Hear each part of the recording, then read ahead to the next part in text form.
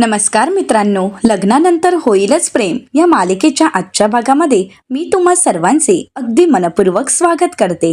आजच्या भागामध्ये आपल्याला पाहायला मिळतं आता गुड्डू पिंकीसोबत व्हिडिओ कॉलवर बोलत असतो, तर इकडे आता जीवाला सुद्धा फोन आलेला असतो। जीवा म्हणतो, बोल हर्षदा। आता हर्षदा जीवाला म्हणते की सर आता एक व्हिडिओ कॉल करायचा आहे, महत्त्वाची मीटिंग आहे आणि त्यासाठी तुम्हाला व्हिडिओ कॉलवर यावं लागेल। आता मात्र जीवा पूर्णपणे घाबरून गेलेला असतो।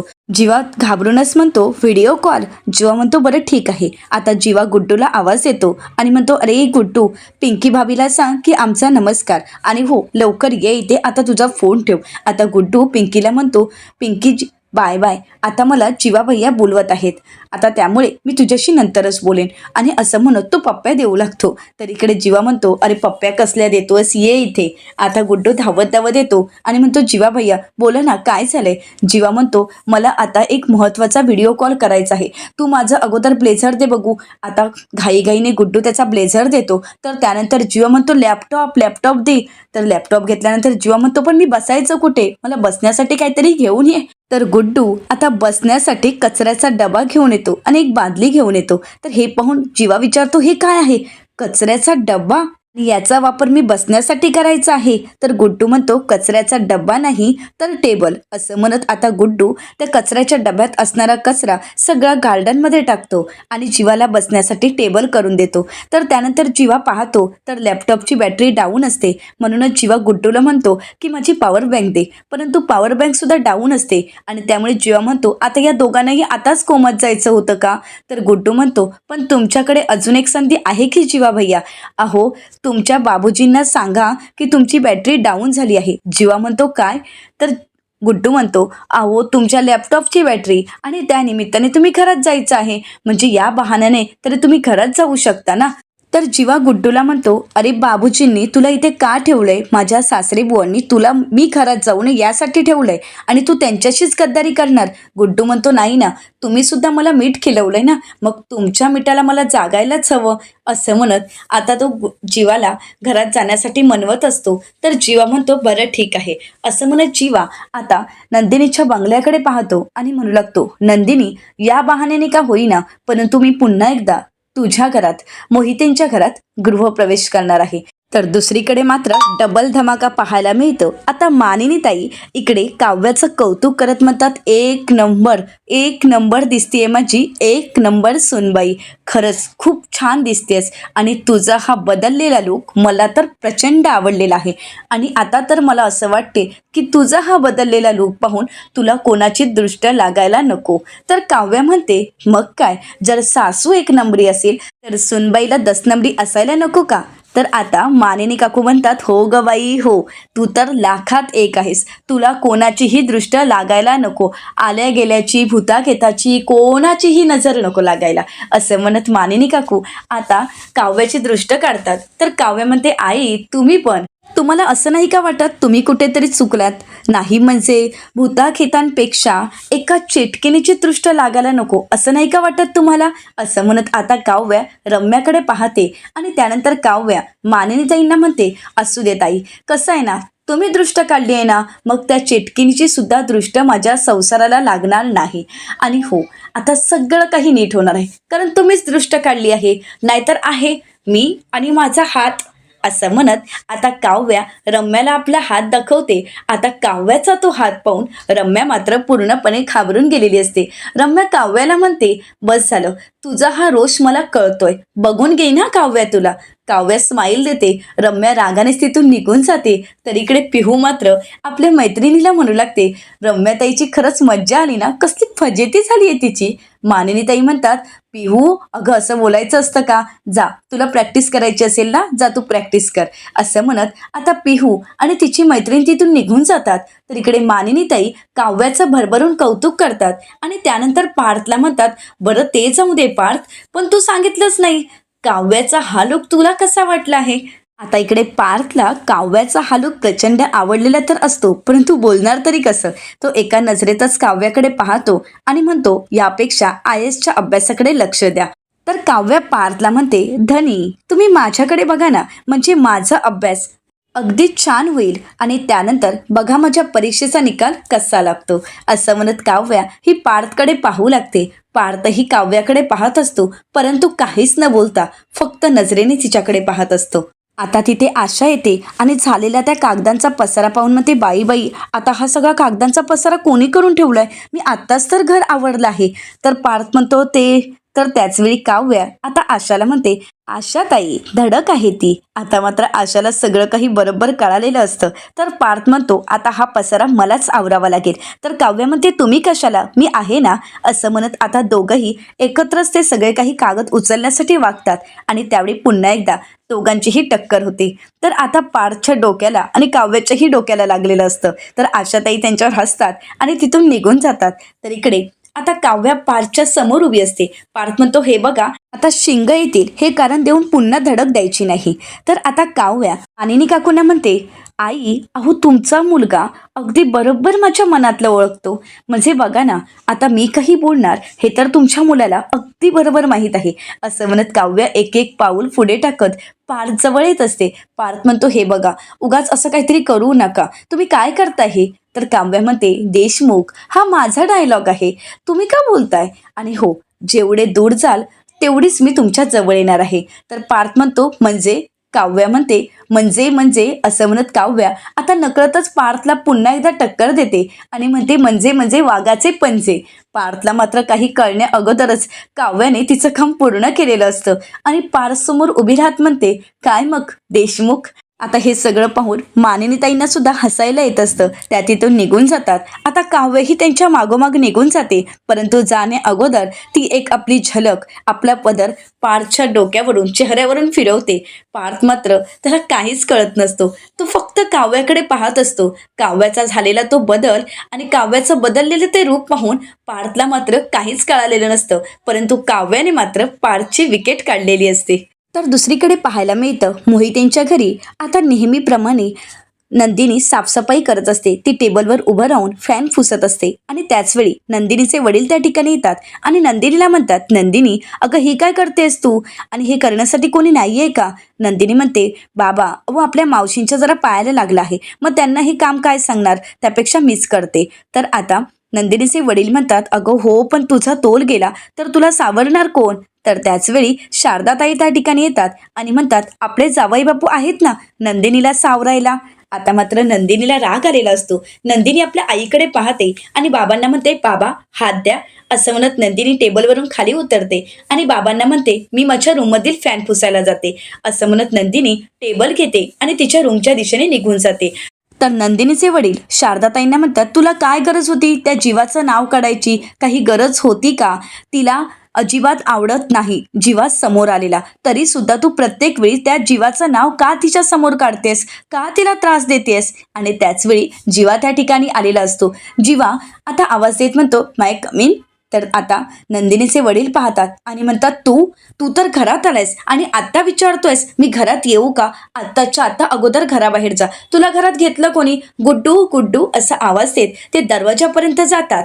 तर इकडे जीवा म्हणतो, सासरी बुवा अहो ऐकून तरी घ्या. परंतु ते काही ऐकून घेत नसतात आणि म्हणूनच जीवा शारदाताईंच्या समोर येऊन उभा राहतो आणि म्हणतो, सासूबाई मला एक सांगा, हे सकाळी सकाळीच काय खात असतात, म्हणजे त्यांच्यामध्ये एवढी एनर्जी येते? तर शारदाताई म्हणतात, हल्ली तुम्हाला बघितली ना की त्यांच्यामध्ये एनर्जीच येते.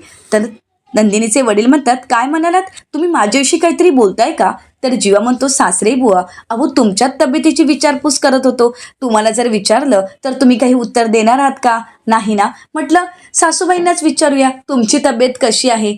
तर नंदिनीचे वडील म्हणतात, पण तू इथे काय करतोयस? तर शारदाताई म्हणतात, जावई बापू काय झालं, तुमचं काही काम होतं का? तर जीवा म्हणतो, सासूबाई अहो बघा ना, माझ्या लॅपटॉपची चार्जिंग संपली आहे. तर त्यानंतर आता नंदिनीचे वडील म्हणतात, हो का, मग हेरवी कशाने चार्ज करायचा? जीवा म्हणतो, पॉवर बँकने. परंतु पॉवर बँकची पण बॅटरी लो झाली आहे, म्हणून म्हटलं तुम्हाला विचारावं. तर आता नंदिनीचे वडील म्हणतात, हे विचारण्यासाठी आणि मदत मागण्यासाठी तू इथे आलायस का?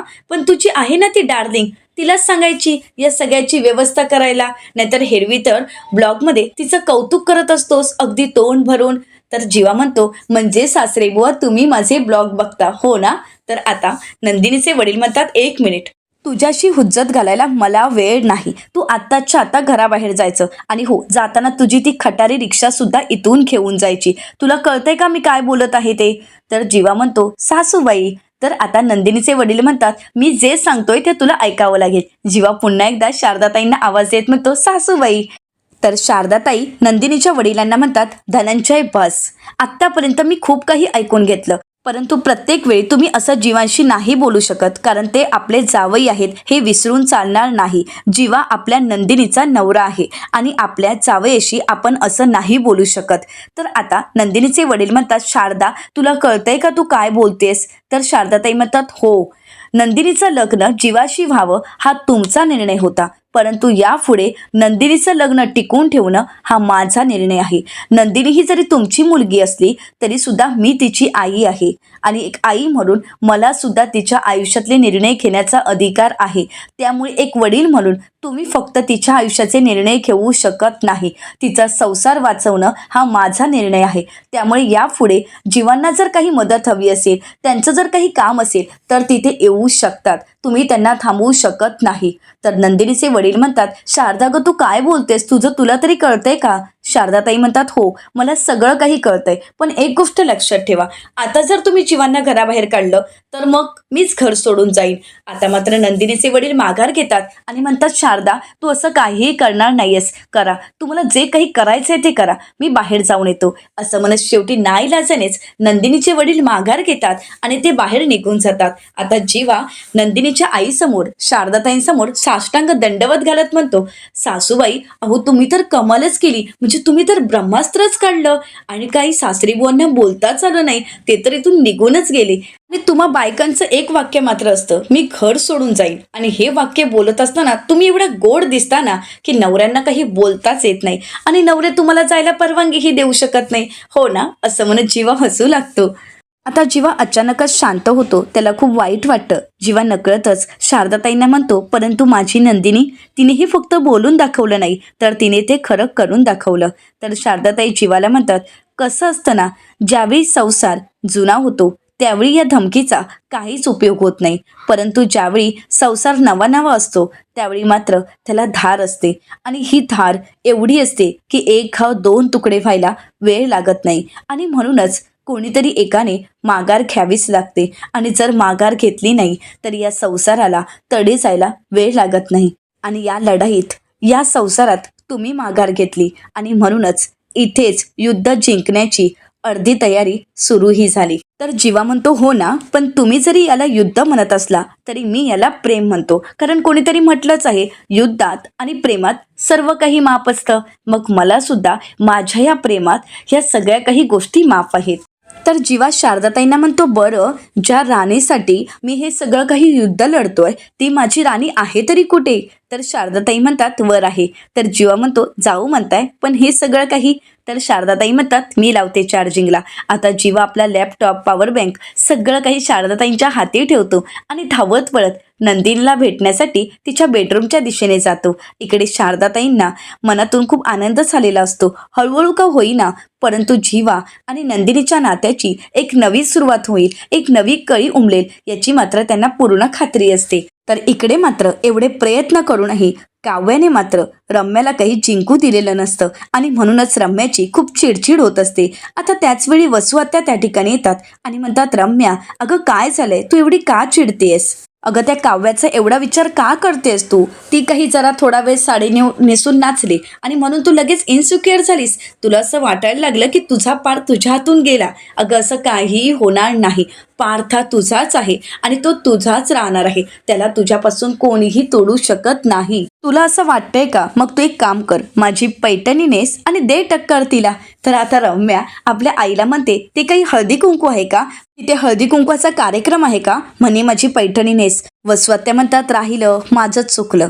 रम्या म्हणते, आई तुला थोडा तरी सिरियसनेस आहे का ग? तू काय बोलतेस याचं भान तुला आहे का?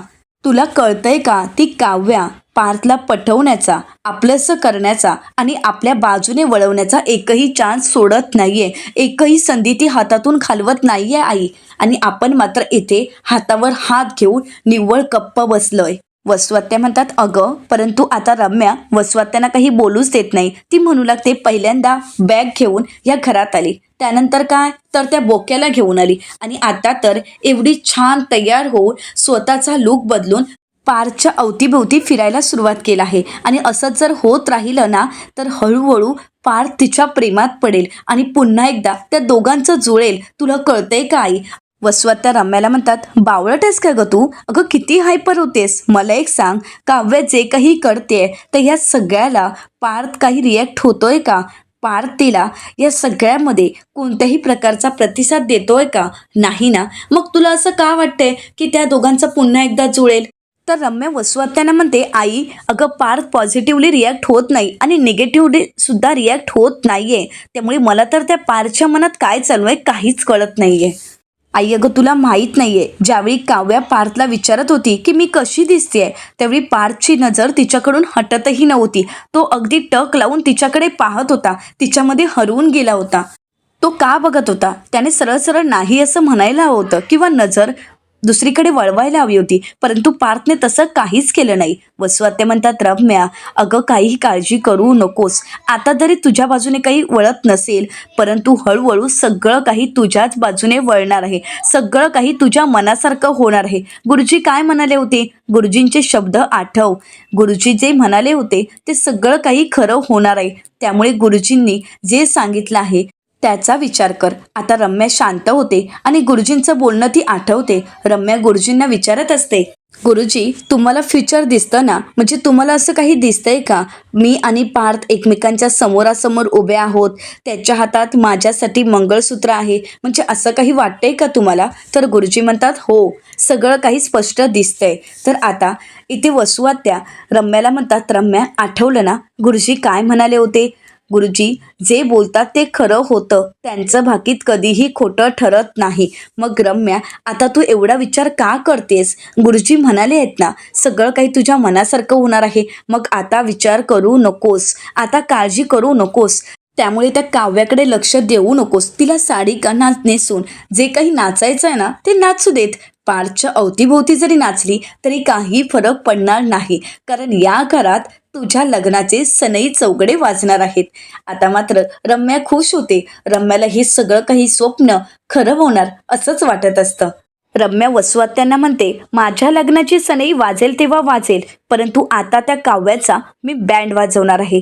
तिला असा काही तिचा कॉन्फिडन्स गळून पाडणार आहे ना की कोणी हात दिला तरी सुद्धा ती उठू शकणार नाही.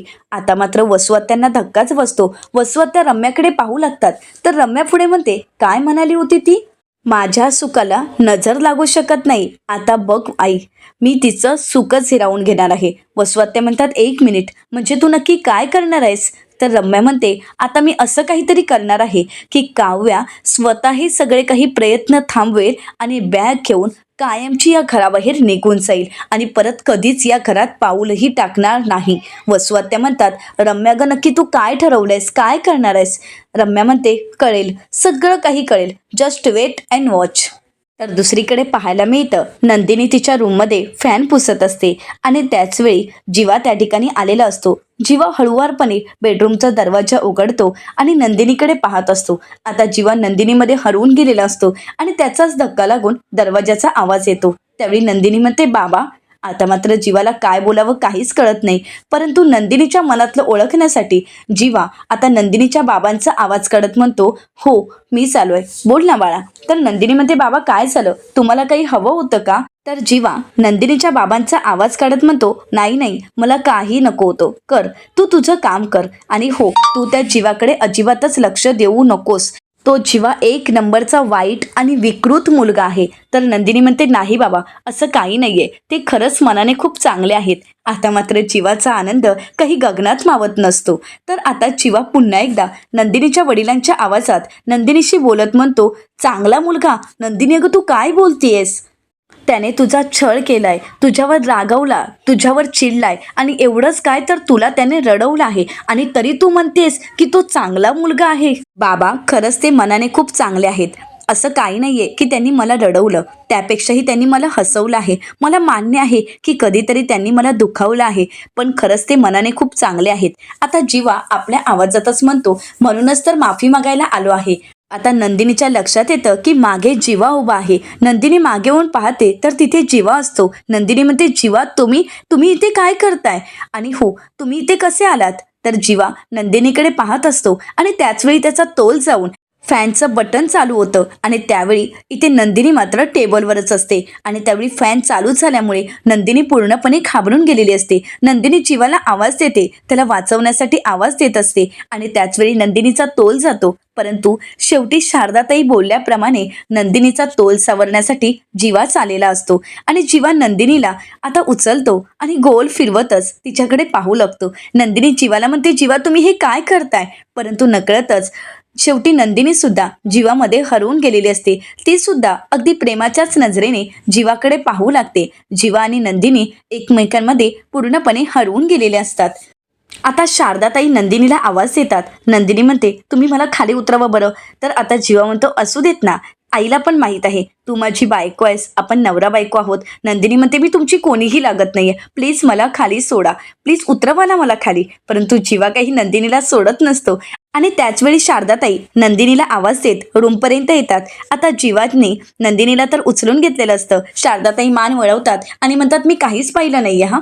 नंदिनी जीवाला म्हणते, प्लीज तुम्ही मला खाली सोडा ना. तर शारदाताई म्हणतात, असू देत ग, तसंही मी मगाशी म्हणालेच होते, नंदिनीचा तोल गेला तर जीवा येणारच आहेत जावई बापू सावरायला. आणि ते तर खरंच झालं. नंदिनी म्हणते, तुम्ही अगोदर मला खाली उतरा, असं म्हणत ती जीवासोबत भांडू लागते आणि शेवटी जीवाला नंदिनीला खाली उतरावंच लागतं. नंदिनी म्हणते, तुम्ही इथे काय करताय?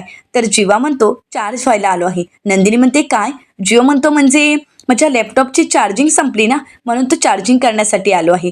तर त्यानंतर नंदिनी जीवाला म्हणते, चला आत्ताच्या आता तुम्ही बाहेर चला, असं म्हणत नंदिनी जीवाला तिच्या बेडरूममधून बाहेर काढते. शारदाताई नंदिनीला थांबवण्याचा प्रयत्न करत असतात, परंतु नंदिनी काही थांबायला तयार नसते. तर दुसरीकडे पाहायला मिळतं, देशमुखांच्या घरी पार्थ ऑफिसचं काम करत असतो. परंतु पार्थचं काही कामामध्ये लक्ष लागत नसतो. त्याच्या समोर असतो तो म्हणजे काव्याचं ते बदललेलं रूप. आता समोर त्याला काव्या दिसत असते.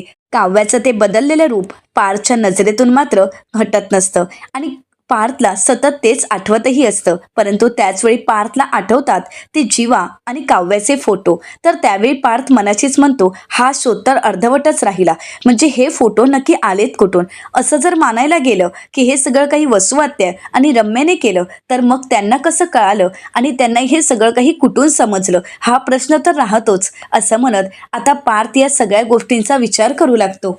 आणि ही अशी गोष्ट आहे की ही मी जीवा आणि काव्याला सरळ सरळ विचारूही शकत नाही. मलाच ते विचित्र वाटणार आहे. तर आता मानिनीताई पार्थला आवाज देतात. पार्थ मात्र विचारांमध्ये हरवून गेलेला असतो. मानिनीताई म्हणतात, काय रे, अजूनही स्वतःच्याच विचारांमध्ये हरवून गेलायस?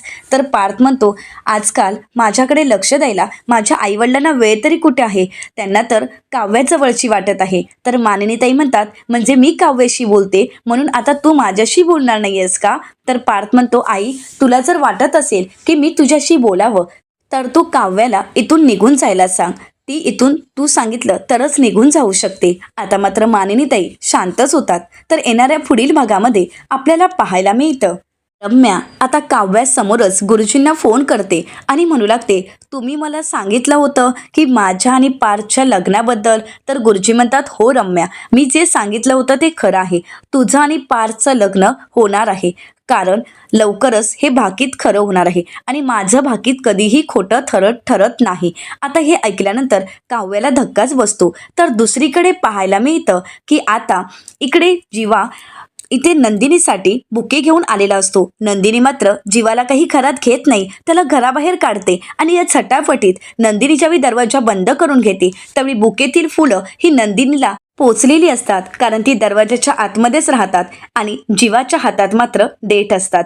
तर त्याचवेळी शारदाताई नंदिनीला म्हणतात की अख्खा जग जीवाच्या प्रेमाची कदर करत आहे. ती फुलं सुद्धा आत राहिली आहेत, त्यांना सुद्धा प्रेमाची कदर आहे. नंदिनी आता तूच विचार कर. आता नंदिनी विचार करू लागते. नंदिनी आता इथे जीवाचा स्वीकार करेल का? तर दुसरीकडे आता हे भाकीत ऐकून काव्या नक्की पुढे कोणता निर्णय घेईल हे पाहणं अतिशय रंजक ठरणार आहे. अशाच मालिकांचे नवनवीन अपडेट पाहण्यासाठी चॅनलला नक्कीच सबस्क्राईब करा.